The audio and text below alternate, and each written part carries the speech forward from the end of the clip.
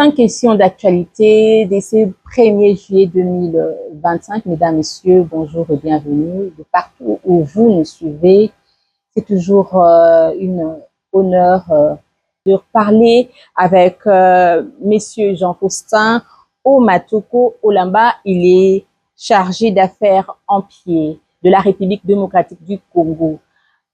Bienvenue à vous tous.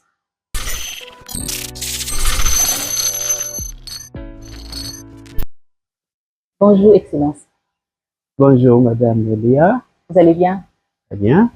La dernière fois qu'on s'est vu, c'était l'année dernière. En effet. On nous a appris que vous venez d'être nommé à Kinshasa et c'est vrai. Non, c'est une promotion au niveau de grade statutaire. Ouais, ça c'est vrai.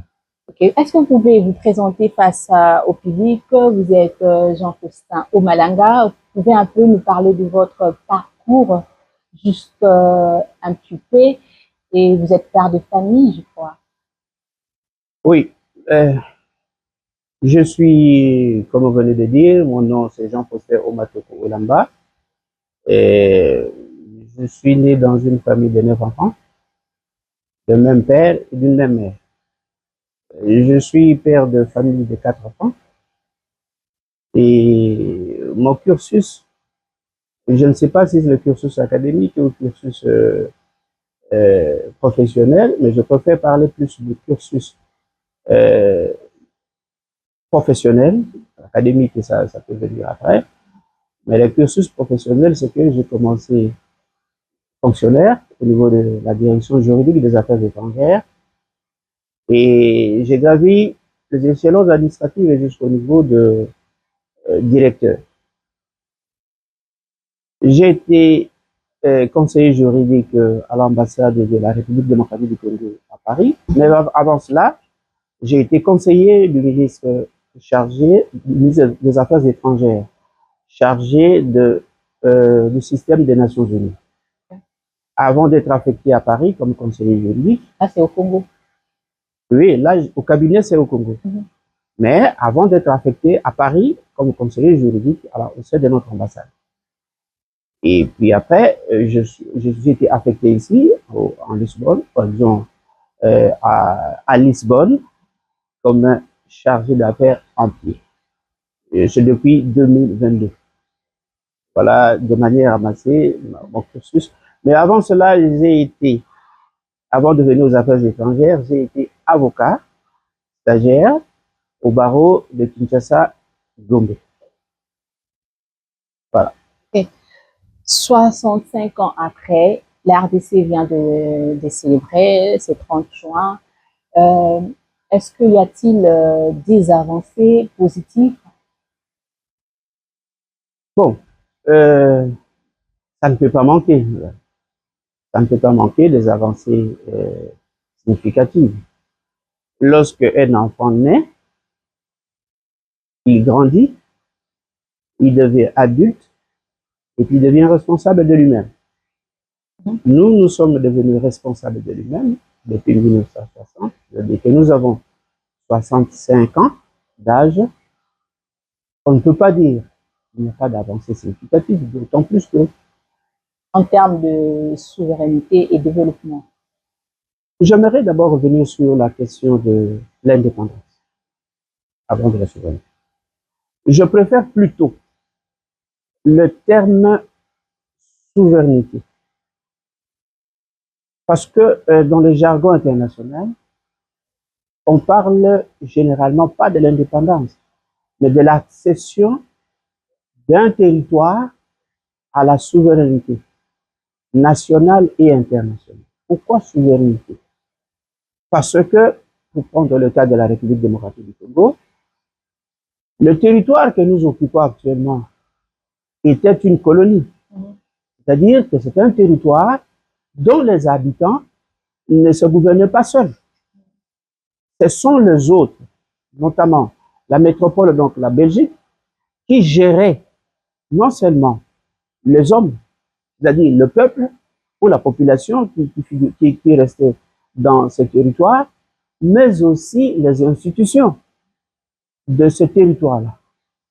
Alors, lorsqu'on fait la déclaration de l'indépendance, le 30 juin 1960, cela signifie une sorte de rupture. C'est un changement qu'on appelle changement d'État. Donc la colonie s'est transformée en un État indépendant souverain. Souverain veut dire, comme on dit, la souveraineté appartient à la population, non pas à la population plutôt, la souveraineté appartient au peuple. Cela signifie autrement que le peuple congolais était devenu souverain. Souverain, ça signifie qu'il n'y a pas un autre peuple au-dessus de lui qui puisse lui dicter ce qu'elle lui veut. C'est ça la signification de la souveraineté nationale. Au niveau international, évidemment, comme on dit, la souveraineté appartient au peuple, mais cette souveraineté est exercée par ses représentants, c'est-à-dire les gens qui viennent pour être élus. Voilà pourquoi, voilà l'importance des élections. C'est à partir de ce moment-là que le peuple exprime sa souveraineté. Il donne ce pouvoir-là, une sorte de mandat à ses représentants, notamment le député. Est-ce que par rapport à la réalité au pays, est-ce que le peuple congolais est réellement souverain, comme vous le dites? Je ne crois pas. Oui, mais parce que nous sommes allés plusieurs fois aux élections. On peut critiquer la manière dont les élections se sont déroulées, mais nous sommes allés aux élections quand même. Et ceux qui, parce qu'il y a eu des campagnes électorales, les gens ont voté. Les aléas, etc., etc. Bon, moi, je ne tiens pas compte de ça parce que, vous voyez, je ne peux pas dire la plus vieille démocratie, mais en tout cas, l'une des plus vieilles démocraties du monde, les États-Unis, vous savez qu'il y a eu des contestations à un moment donné. Donc, ces choses-là, il faut mettre dans le cadre de celui qui a perdu. Naturellement, lorsqu'on perd, même dans un match de foot, lorsqu'on perd, c'est difficile d'accepter que j'ai perdu. On trouve toujours quelque chose. Un alibi pour dire non, mais parce que l'arbitre n'a pas sifflé notre penalty, etc. C'est parfois difficile d'accepter son échec. Donc, comme nous sommes allés plusieurs fois aux élections, je considère que le peuple congolais est souverain. Écoutez, ce n'est pas parce que vous reniez ma souveraineté que je ne l'ai pas. Vous pouvez contester ma souveraineté, que non, d'ailleurs, mais ce n'est pas pour autant que je ne suis pas souverain. Le peuple congolais est souverain, même par principe. À l'instar des autres peuples, nous sommes souverains parce que nous choisissons nos dirigeants. Et lorsque les dirigeants viennent, les gens qui veulent nous conduire, lorsqu'ils viennent vers nous, eh bien, nous leur donnons de voix. Naturellement, généralement, ça devrait être sur base d'un programme. Et je suppose que tous les candidats qui se sont présentés ont présenté leur programme d'action. Et c'est pour cette raison que le peuple congolais souverain leur a donné le voix. Une sorte de mandat pour gouverner pendant 5 ans. Parce que c'est ça la durée d'une législature chez nous. Alors, au niveau international, la souveraineté, ça se manifeste comment? Ça se manifeste par le fait que, surtout au niveau des Nations Unies, un État, une voix. Au niveau de l'Assemblée générale des Nations Unies, une voix, un État. Que vous soyez une superpuissance, vous n'avez qu'une seule voix. Et chaque État, chaque représentant de l'État a le pouvoir, a le droit de voter ou de ne pas voter. Il a le droit de ne pas, de prendre la parole avec le même nombre de minutes devant disons, devant l'Assemblée nationale, l'Assemblée générale des Nations Unies. Donc, au niveau international, il n'y a pas un État qui doit être, en principe, qui doit être au-dessus des autres États. C'est une sorte de collaboration horizontale. Mais à la différence de niveau interne, la souveraineté interne, c'est que lorsque vous avez donné le pouvoir aux représentants, eh bien, c'est eux qui commencent à vous dire ce que vous devez faire. Ils vous disent, bon voilà, vous m'avez donné le pouvoir, les mandats de vous gérer. Voilà comment je compte vous gérer. Voilà pourquoi je préfère plutôt le terme accession ou l'expression accession à la souveraineté nationale et internationale. C'est vrai qu'il y a des gens qui contestent, qui essaient de nuancer la notion de la souveraineté. On dit qu'elle n'est pas absolue, elle est relative. Mais même alors, même l'indépendance doit être aussi relativisée. Parce que ce n'est pas parce que je suis indépendant de mon père que je ne suis pas dépendant de mon chef hiérarchique. Et sur le plan économique, est-ce que vous pensez qu'il y a quand même des avancées positives? Parce que au niveau de Kinshasa, la capitale, c'est catastrophe. Au niveau économique, moi, je ne sais pas de quelle période. Vous voulez que je vous parle de quelle période à quelle période? Même, comment? Parlons même de cette année 2025. Cette année 2025, je ne sais pas, je ne peux pas vous dire exactement ce qui se passe. Pourquoi? Parce que l'année n'est pas encore arrivée à son terme. Parce que le budget qui est exécuté, c'est le budget qui a été adopté en 2024. Et donc, le budget est en cours d'exécution. Je ne peux pas vous dire que au courant de cette année, il y a eu des avancées ou pas, parce que c'est à la fin, finalement, qu'on doit faire le bilan. On parlait de 2019 à nos jours. Est-ce que pouvez-vous nous confirmer ou nous dire qu'il y a des avancées? À ce propos, je préfère nuancer. Nuancer pourquoi? Parce que la meilleure façon de faire le bilan, c'est de présenter sur la table ce qui a été promis et ce qui a été fait. Pourquoi ce qui n'a pas été fait, pourquoi? Je crois que c'est de cette façon-là qu'il faut, et là, ça demande toute une émission élaborée, de savoir, disons, en 2019, qu'est-ce qui a été réalisé par rapport au, au, au programme du gouvernement. Parce que le programme du gouvernement, c'est annuel. Qu'est-ce qui a été réalisé par rapport en 2019? Qu'est-ce qui a été promis en 2020, etc., etc. Vous voyez que ça demande énormément. Mais quand même, vous pouvez avoir l'idée, vu que vous connaissez bien votre population et vous voyez comment vit chaque jour la population congolaise. Voilà pourquoi j'étais en Portugal, que du Congo, vous pouvez quand même avoir l'idée. Non, non, j'ai une très bonne, j'ai un aperçu exact de ce qui se passe, de ce qui se passe chez nous. Ce qui se passe est que je ne voudrais pas, parce que ça risque de revenir comme un slogan, mais la vérité, elle est là. C'est que le président Tshisekedi, lorsqu'il entre au pouvoir, il a décrété la gratuité de l'enseignement. Oui. Ce qui a été vécu, bien qu'avec quelques difficultés. Peu après, le président Tshisekedi a lancé le travaux de 5, comment dirais-je, le travaux de 100 jours, le programme de 100 jours pour le président de la République. Vous savez que ça a été exécuté, comme le président lui-même a dit, à plus ou moins 70% d'exécution. Voyez-vous? Et donc, de ce point de vue, il y a des avancées. Du point de vue, par exemple, pour ne parler que de notre situation des ambassades, il y a longtemps que les diplomates ont reçu les frais de le logement, le loyer.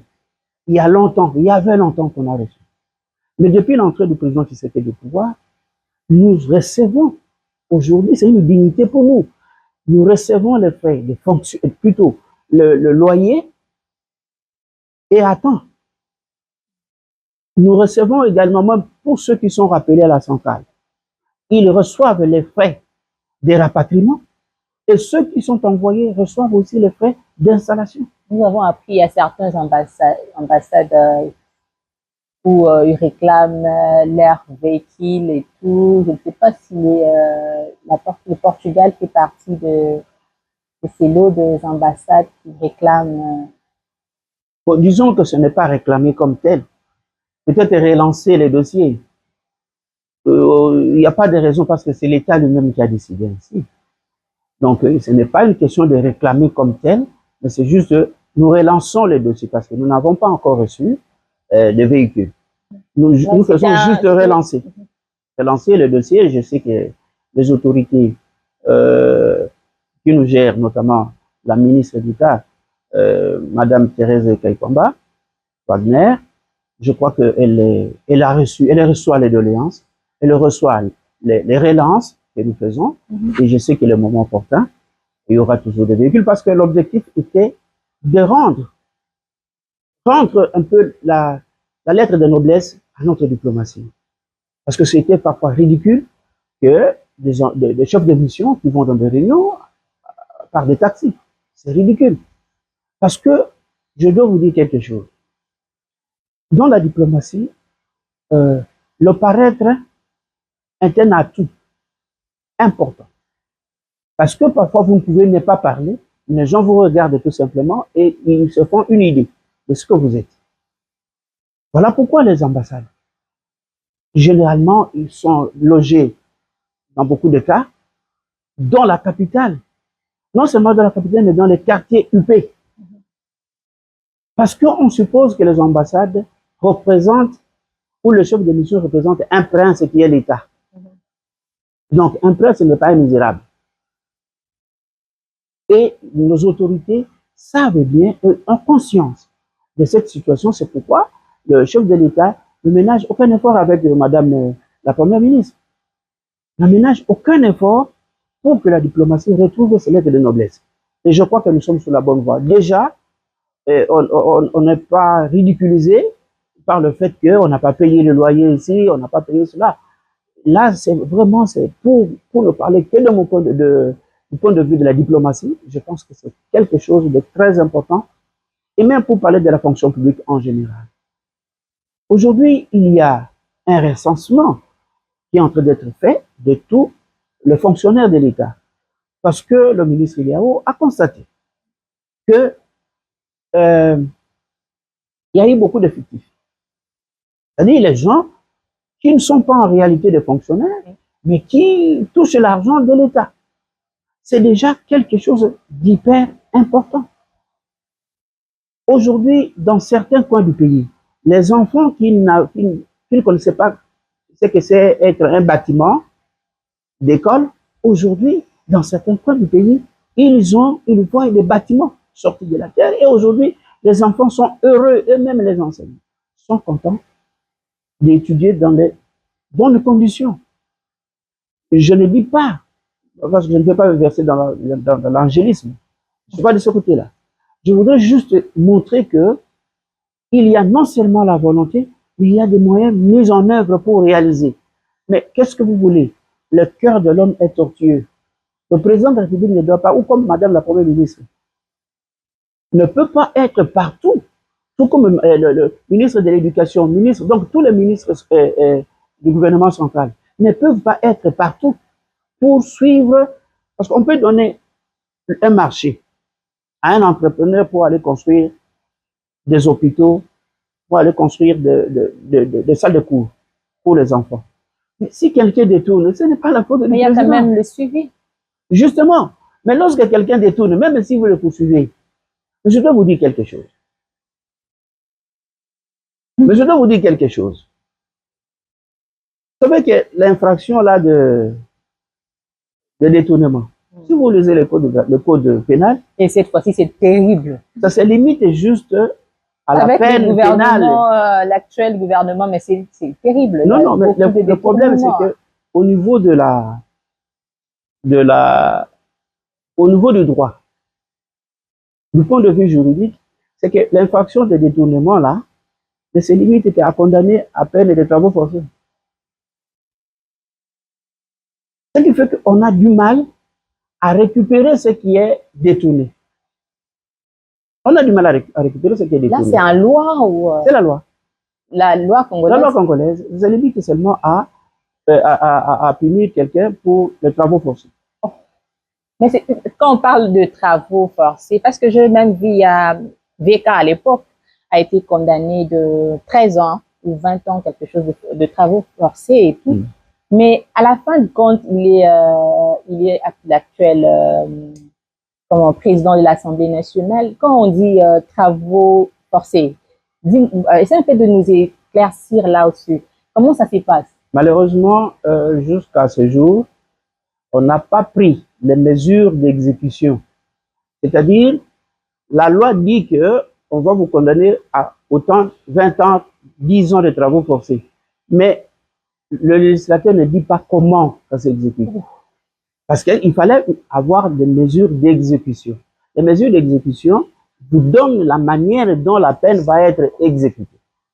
Mais malheureusement, ça s'applique comme si c'était une peine d'emprisonnement. Et que même moi et les internautes qui me regardent n'ont pas bien compris comment. Je répète, le travail forcé chez nous, c'est-à-dire lorsqu'il y a la loi a un caractère général. Lorsqu'on vote une loi, il faut que cette loi, pour être mise en application, cette loi doit être accompagnée de mesures d'exécution, c'est-à-dire le détail. Comment ça va se faire concrètement. Et là, c'est le rôle de l'administration, de chaque administration. C'est le ministère de la Justice qui devrait prendre un arrêté de mise en exécution de cette loi ou de cette disposition légale pour dire que voilà, les travaux forcés devra s'appliquer de telle ou de telle autre manière. Mais malheureusement, jusqu'à ce jour, il n'y a pas ces mesures d'exécution. De telle sorte que la peine de travaux forcés s'exécute comme une peine d'emprisonnement. En tant que représentant de chef de l'État ici au Portugal, est-ce que vous pouvez nous dire quand même par rapport à votre gérance ici à l'ambassade, mais également par rapport à poser cette question. Vivre étant angolais au Portugal, il y a des avantages. Mais vivre étant que Congolais, on s'attend comme si on est abandonné. Il n'y a pas vraiment quelque chose de bénéfique, au fait. Je ne sais pas. Étant que Excellence, étant que représentant du chef de l'État, est-ce que vous pouvez nous dire, est-ce que vous êtes en train de prévoir quelque chose pour honorer un peu le peuple congolais dans de différentes manières? Je ne sais pas. Je sais que vous organisez des fois des activités pour le Congolais. Par exemple, il y a les CPLSP, hein, si je ne me trompe pas, pour le cas des Angolais. Mais par rapport aux Congolais, parce que... Même à cette question-là, je crois que vous avez donné une partie de la réponse. Une partie de la réponse, c'est-à-dire que lorsque vous citez, il n'y a pas que les Angolais qui ont ces avantages-là. Il y a les Cap-Verdiens, les Guinéens, les Mozambicains, etc. Vous avez parlé de CPLP. Il s'agit de la communauté de langue portugaise. Même les Brésiliens ont beaucoup d'avantages. Ça signifie quoi? Ça signifie que le Portugal donne ces avantages-là aux anciennes colonies, aux ressortissants de ces anciennes colonies. C'est comme nous avec la Belgique. À une certaine période, on avait des avantages liés à cette relation entre ancienne métropole et l'ancienne colonie. C'est dans ce contexte-là que vous voyez ces avantages-là. Mais ce n'est pas une sorte de discrimination parce que nous aussi, avec la Belgique, on avait ces avantages-là. Et donc, il ne faut pas vous sentir orphelin ou là où vous vivez, parce que ce qui est plus important, est-ce que vous réussissez à vous intégrer ici? Si vous êtes intégré, vous avez un titre de séjour, vous travaillez, est-ce que pour les Mozambicains ou pour les Angolais, par exemple, est-ce qu'ils ont un traitement assez spécifique par rapport à ça? Je ne pense pas. Parce que lorsque vous travaillez dans un bureau et que vous êtes Congolais avec le papier d'identité ou le papier de résidence du Portugal et vous avez à côté de vous un Angolais qui a le même titre de séjour, je ne pense pas qu'il y a une sorte de discrimination dans le traitement. Ça n'existe pas. C'est juste que eux, le Portugal facilite l'entrée ou l'obtention de papier aux ancêtres. C'est une sorte de, pour eux, c'est une sorte de réparation. Parce qu'il y a longtemps, lorsque nous sommes allés fêter la journée de l'Afrique, c'était autour de la réparation. C'est que les colonies ont causé, qu'est-ce que j'allais dire, les métropoles ont causé aux colonies, il y a eu beaucoup d'injustice.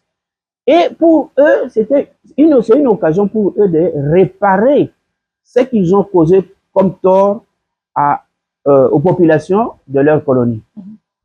Donc, il faut prendre ça dans ce sens-là. Pour eux, c'est une sorte de réparation. Nous aussi, la Belgique a voulu faire ça, sauf que, bon, il s'est passé beaucoup de choses, beaucoup d'incompréhension. Et comme vous savez, nous, Congolais, parfois, nous abusons. Je ne dis pas que c'est une raison, mais avec la Belgique, c'était ça. Donc, pour éviter ce genre de frustration, c'est pour cette raison que lorsque je suis arrivé, j'ai demandé qu'il y ait une association, ne serait-ce qu'une association de Congolais, là où nous pouvons nous soutenir entre nous lorsqu'il y a une difficulté, comme les Belges eux-mêmes disent, c'est l'union qui fait la force. Et donc, moi je vous invite, mes frères et sœurs, à vous unir, parce que lorsque vous vous unissez, vous allez constituer une force. Et lorsque vous constituez une force, le Portugal aura besoin de vous. Parce que n'oubliez pas, il faut noter ça, que tous les pays européens de manière générale tiennent beaucoup aux associations. Parce que c'est là qu'ils trouvent leur électorat. Et donc, le seul conseil que je peux vous prodiguer à ce niveau, c'est de ne pas être frustré. Le Portugal paye en quelque sorte le préjudice qu'ils ont causé à leurs anciennes colonies. C'est comme ça qu'on leur donne beaucoup la facilité pour venir ici, pour travailler, pour avoir des papiers. C'est une sorte de réparation qu'ils sont en train de faire. Mais nous, comme j'étais en train de dire, je ne pense pas que cette discrimination, entre guillemets, puisse apparaître même au niveau du travail. Non, il n'y a pas de discrimination. Et donc, comme il n'y a pas de discrimination au niveau du travail, ce que je peux vous demander, et j'insiste, que vous soyez unis autour de cette association qui est créée et qui est déjà opérationnelle, je suppose, parce qu'ils ont déjà, l'association a déjà un statut légalisé, l'association a disons, un compte bancaire opérationnel, c'est déjà quelque chose. Bientôt, je crois que ce sera la sortie officielle. Autour de cette association, vous allez voir que lorsque vous serez unis, le Portugal aura besoin de vous dans beaucoup de choses. Voilà ce que je peux vous dire pour l'instant, chers compatriotes.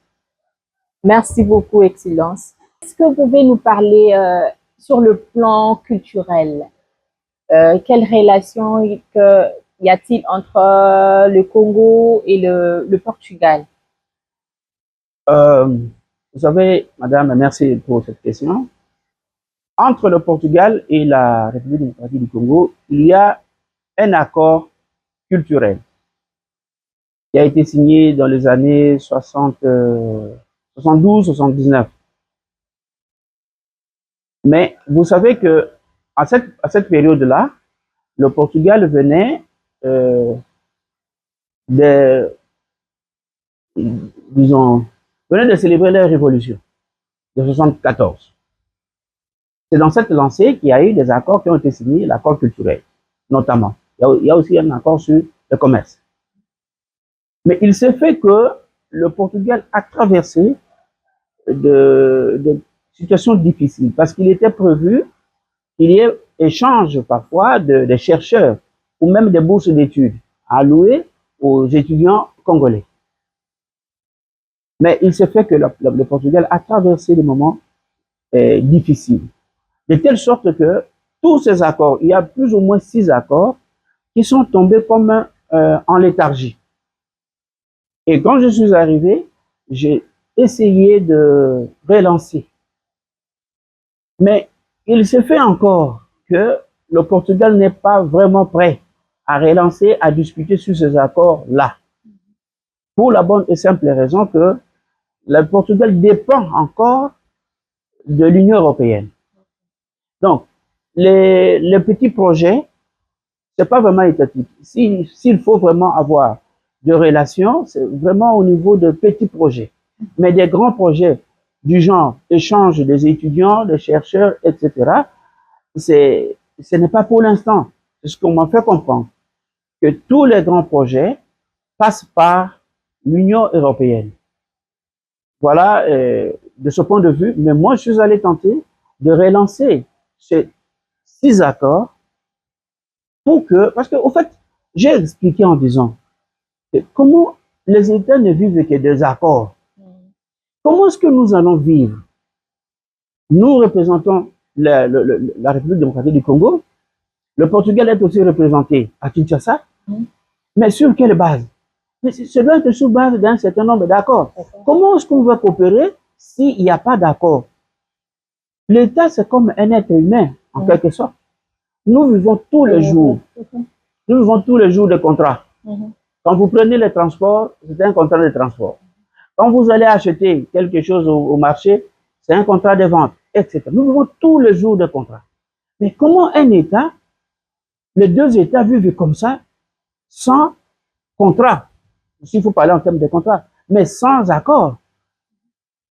Ce qui fait qu'il y a une sorte de léthargie dans la coopération avec le Portugal. Moi, sincèrement, la première des choses que j'ai voulu, c'est de relancer cette coopération-là.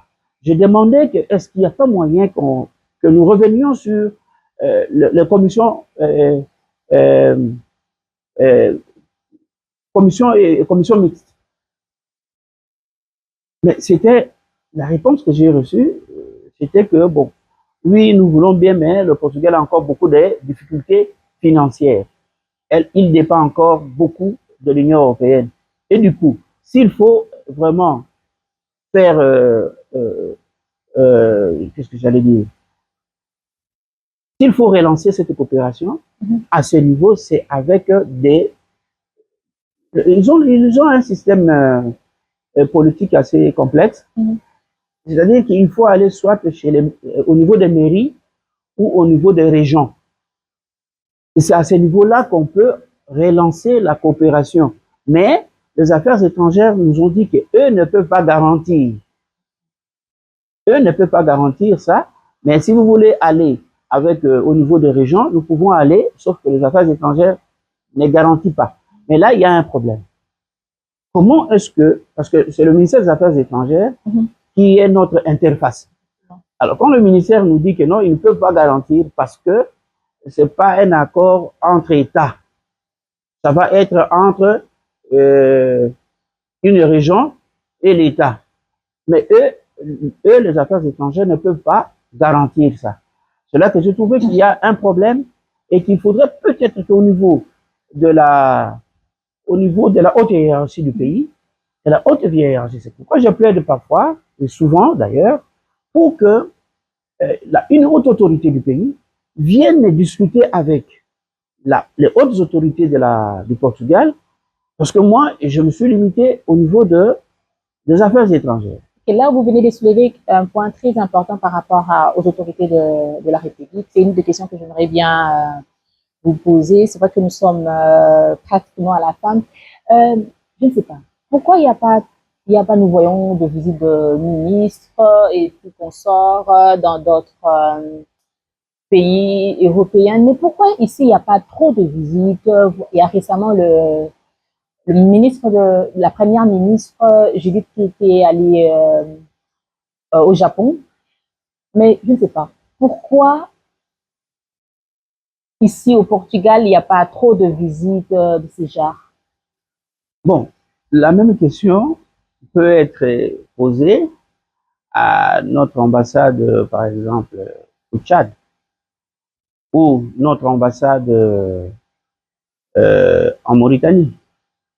La même question peut être posée à notre ambassade quel est le pays que je parle, au Soudan du Sud. Ce que je voudrais dire, c'est ceci, que cela dépend des agendas de notre pays. Parce que si le pays n'avait pas intérêt ou n'avait plus intérêt dans tel ou tel autre pays, qu'il fermerait cette ambassade. Mais tant que l'ambassade reste ouverte, ça signifie qu'il y a des intérêts. Nous parlons. Ce n'est pas qu'on se tue. Nous parlons, nous échangeons. Exemple simple. Pour l'élection de notre pays disons, au Conseil de sécurité des Nations Unies, comme membre non permanent. Mais les papiers ont circulé. Nous avons demandé le soutien du Portugal et le Portugal nous a soutenus. C'est ça aussi la diplomatie. C'est-à-dire que ce n'est pas parce qu'il y a un ministre qui arrive ici que c'est à ce moment-là que nous commençons à fonctionner. Non, nous continuons à fonctionner. Et nous échangeons des papiers. Nous participons dans des réunions. Nous participons dans des conférences. Et tout ça là, nous prenons parce que notre mission première, c'est de nous informer de tout ce qui se passe au Portugal et d'informer le Portugal de tout ce qui se passe chez nous. Donc, ce n'est pas parce qu'il n'y a pas une haute personnalité qui arrive que les hautes personnalités n'arrivent pas dans ces pays que l'ambassade ou le pays n'est pas considéré. Pas du tout. Pas du tout parce que nous communiquons. Je vous ai dit au départ qu'au sein de l'Assemblée générale, chaque État compte. Même les tout petits pays comptent. Et on a besoin parfois de cette voix pour accéder à certaines fonctions. Donc, pour moi, ce n'est pas un problème que lorsque un chef, un ministre n'est pas passé par ici, etc., parce qu'ils savent bien qu'il y a une mission diplomatique qui est là et qui fait son travail. Peut-être parce que nous faisons bien notre travail, que la haute hiérarchie se dit, mais bon, pourquoi est-ce qu'on irait? Parce qu'on a toutes les informations qu'il faut. Peut-être qu'il n'y a pas quelque chose qui bloque. C'est pour cette raison qu'ils se disent, bon, écoutez, celui qui est là, il fait bien le travail, il nous donne ce que nous avons besoin, et je crois que ce n'est plus un problème. Voyez-vous? Voilà, on est vraiment à la fin. Une dernière question. Excellence, est-ce que vous pouvez nous donner votre point de vue par rapport à l'accord de paix entre USA et Rwanda et la RDC? Est-ce que ça promet quelque chose au futur? En droit, on dit que les accords formés tiennent le parti. Et cet accord doit être exécuté de bonne foi. Or, la bonne foi, on ne sait pas la quantifier. On ne peut pas savoir que tel État a la bonne foi ou ne l'a pas. C'est dans les actes qu'on verra qu'il y a la bonne foi dans l'exécution de cet accord. Ce que je voudrais dire, c'est ceci. À ce stade, il est difficile de savoir si l'accord va prospérer ou pas. Parce que nous ne savons pas quantifier, comme je venais de dire, la bonne foi de l'autre côté. Bon, on peut se dire, oui, mais ce sont les États-Unis qui sont le parrain de cet accord et les États-Unis vont peut-être imposer aux uns et aux autres le respect de cet accord. N'oublions pas que les États-Unis n'ont pas que ça à faire. Ils ont aussi beaucoup d'autres choses à faire. Je vous rappelle encore que la dernière résolution qui condamne, 27 de 73, qui demande au Rwanda de retirer ses troupes du territoire. Est-ce que le Rwanda l'a fait? Le Rwanda ne l'a pas fait jusqu'à ce jour. Et pourtant, c'est une résolution du Conseil de sécurité des Nations Unies. Il ne l'a pas fait. Ou les États-Unis sont aussi membres permanents. Bon. Est-ce que les États-Unis vont vraiment s'impliquer à fond pour qu'il y ait l'application intégrale de cet accord? C'est une autre question. Parce que les États-Unis ne viendront pas, et ne sera pas derrière le Rwanda pour fouetter la RDC pour dire vous devez. Je vais dire quelque chose. En ce qui concerne le terme qu'on utilise, on demande au Rwanda de lever les mesures de défense. C'est subtil. Parce que dans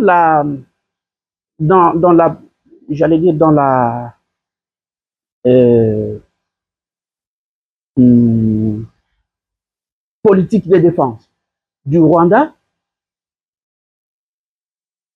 eux attaquer, ils préfèrent attaquer d'après eux l'ennemi là où il est. Avant que l'ennemi ne se déplace vers son territoire, il faut attaquer l'ennemi là où il est. Et lorsqu'on attaque l'ennemi là où il est, on fait des dégâts là où il est et non pas sur notre territoire. C'est un peu ça la logique du Rwanda. Et malheureusement, c'est aussi la logique de beaucoup de pays développés qui pensent que l'ennemi est à tel niveau. Au lieu de le laisser entrer sur mon territoire, je préfère l'attaquer là où il est, dans son fief. À ce moment-là, s'il y a des dégâts, on fait les dégâts là-bas. On parle aujourd'hui d'une guerre qui date de plus de 30 ans. Est-ce que la RDC doit continuer des accords en accord ou soit la RDC doit se prendre en charge, comme l'a dit le défunt Etienne Tshisekedi?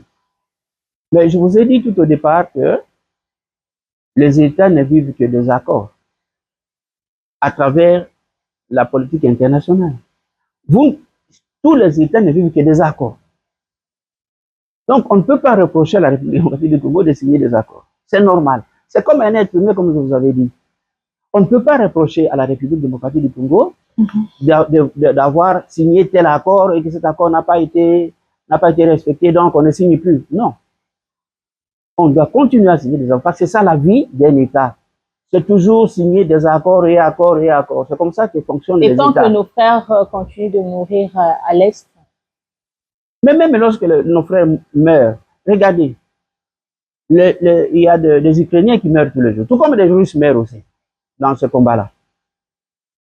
Mais cela ne les empêche pas de parler. Vous voyez la délégation russe qui quitte pour aller à tel endroit pour discuter avec la délégation de l'Ukraine. C'est pour aboutir à quoi? Ça a un accord. Donc, on ne peut pas franchement reprocher à notre gouvernement, à notre État, de signer des accords. Mais il y a quelqu'un qui disait, c'est mieux de parler à l'ennemi que de ne pas lui parler du tout. Parce que si vous parlez à l'ennemi, vous savez au moins ce qu'il pense. Mais si vous ne parlez pas avec lui, parfois vous ne savez pas ce qu'il pense et il peut vous surprendre. Voilà. Ça est fini pour aujourd'hui, Excellence. Merci beaucoup d'avoir répondu à nos questions. Un mot de la fin aux ressortissants congolais vivant au Portugal. Ça, vraiment, c'est important. Ils aiment attendre leur papa. Un mot d'encouragement et un mot pour le 65e anniversaire de l'indépendance du Congo devant la caméra. À Lingala surtout. Hein. Chers compatriotes, bandeko oyangai, bino boponi kovanda na Portugal. Bosali mabete. Eloko nalingi nayebisa bino ezali boye.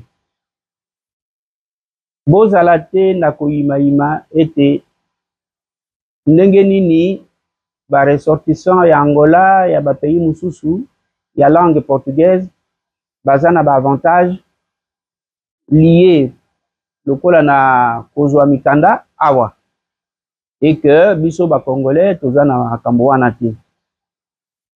Ezali bongo nde monde eza kotambola.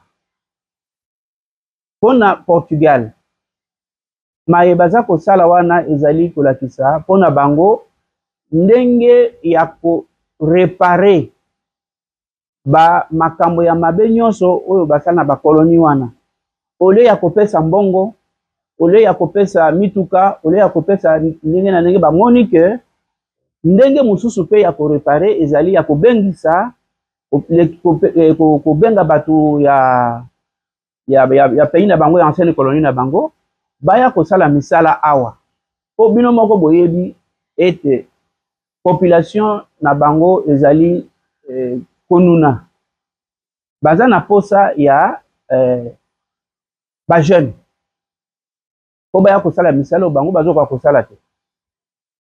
Donc botala te lokola discrimination moko boye eza bongo te. Po biso pe tozwaka ba avantage wana na Belgique na époque. avant makambo ya kobeba. Tozwaka ba avantage wana, les Congolais étaient comme des bazalaki malam na Bruxelles, to na Anvers, to dans l'ensemble de la Belgique. Bazalaki bien. Mais makambo ya kobeba na sima. Eloko nalingi kosenga bino ezali boye. Boyebi bien, soki boyebi histoire ya Joseph na Bible, po bato batangaka Bible. Joseph azalaki na Égypte, mais akomaki mokonzi munene, pe bandeko na ye bayaki pe, bakomaki pe ebele, bakomaki pe kozwa be makambo na bango, jusque na liwa ya Joseph. Eloko nalingi nalokisa ezali boye. Bozala nde lisanga bomoko. Association oyo bo créé wana ezali lokola eloko moko ya mutuya oyo ekosalaka cœur ezala na butu ezala na moi boyebi ke toza na association moko esika nini nakoki kopose problème oyo nazali na yango. Bandeko na biso oyo bazali koya oyo bakolinga bavanda na Lisbonne to na Portugal de manière générale bakozala na esika oyo bakozwaka même ata conseil moko boye, même ata azwi eloko ya kolia te, ata azwi eloko esika ya kolala te, mais au moins azwa ata conseil moko boye. Donc association wana mpo na ngai nazali kosenga bino bosimba yango malamu, bomona lokola pouvoir moko, parce que ba portugais bakozala na posa na bino soki bayoki que il y a une association ya Congolais oyo baza kosala boye oyo baza kosala boye, parce que bango disons député na bango na président de la République na bato nyonso wana bazalaka na posa ya association, parce que na kati ya association nde bazwaka pe électeur na bango. Et donc nesika wana bokomi pesa valeur soki association ekei liboso. Pour l'indépendance nalingi nayebisa bino boye. Bamususu balobaka on dirait indépendance yango tozomona eloko te. Bamususu balobaka ezalaki précipité, il ne fallait pas tozwa indépendance parce que tozalaki préparé te. Ngai nazoyebisa bino boye. Mutu moko asaloba ya bwanya et même eta biso moko toyebi. Ata olambeli ngai ngombe soso biloko nyonso olambeli nga makambo nyonso, mais soki okangi nga na kati ya ndako nabima te, naza na liberté ya kotambola te, ya koloba te, eloko ya kolia wana ekosala nini? Ekosala pe eloko te. Donc pour dire que mieux vaut la liberté que d'être emprisonné. Même na prison on a obengata doré, mais eza prison, c'est-à-dire bakangi yo oza na liberté te.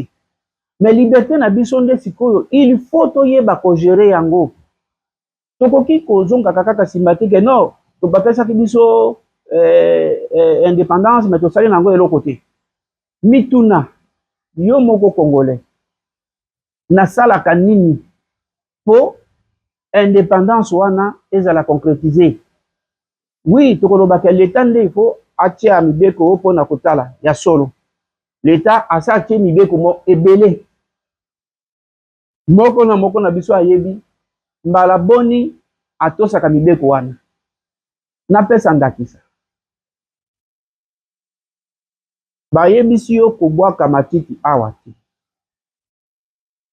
Omoni bien que caniveau etondi na milangi.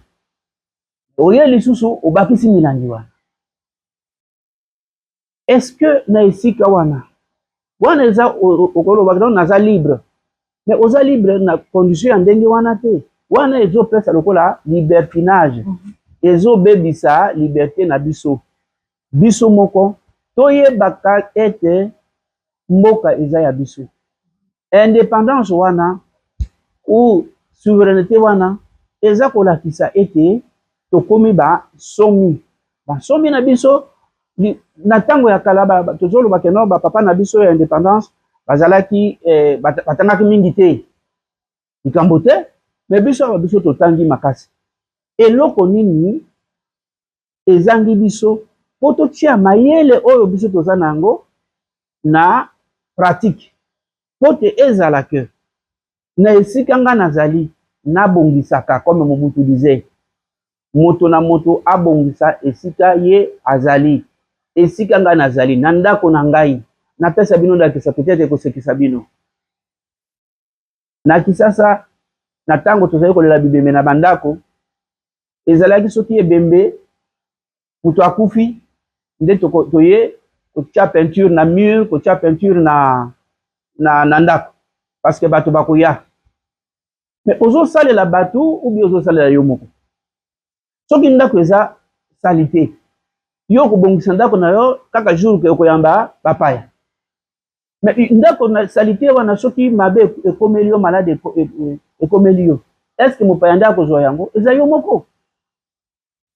alors sikoyo biso tosalaka kaka lokola po bato bamona ke te sala na ndenge na yo sala makambo oyo ndenge esengeli lokola mibeko eza kosenga na ndenge oza komona ke awa leta moto akoya kosala te awa eza parti na ngai oyo ngai na kosala parti ya leta ye peut-être azosala malamu mpenza te mais ye azosala oyo ya ye mais ngai nazosala part na nga na lolenge nini naza kosala part na ngai po te mboka etombwama ekende liboso.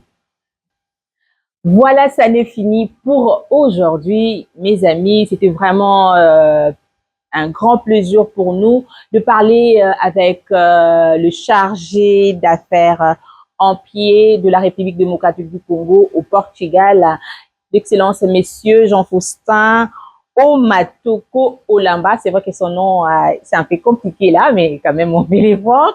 Vraiment, il nous a bien accueillis. Un grand merci à vous tous, les amis du Portugal, l'association des Congolais au Portugal. Je vous salue. Là, je vois l'aigle de Lisboa. Il y a Elliot, K, Diogo, je te salue. Un grand merci à M. Félix qui est toujours là derrière la caméra, notre héros d'Alombre. Je te dis vraiment merci d'être là avec nous. Un grand merci aux abonnés, mais aussi à mes enfants qui m'ont accompagné. Je vous dis vraiment merci. Il y a le président de la fondation de Congolais de Portugal, M. Cédric. Je vous salue. On se verra très prochainement pour un nouveau numéro, si Dieu le veut. Merci. À la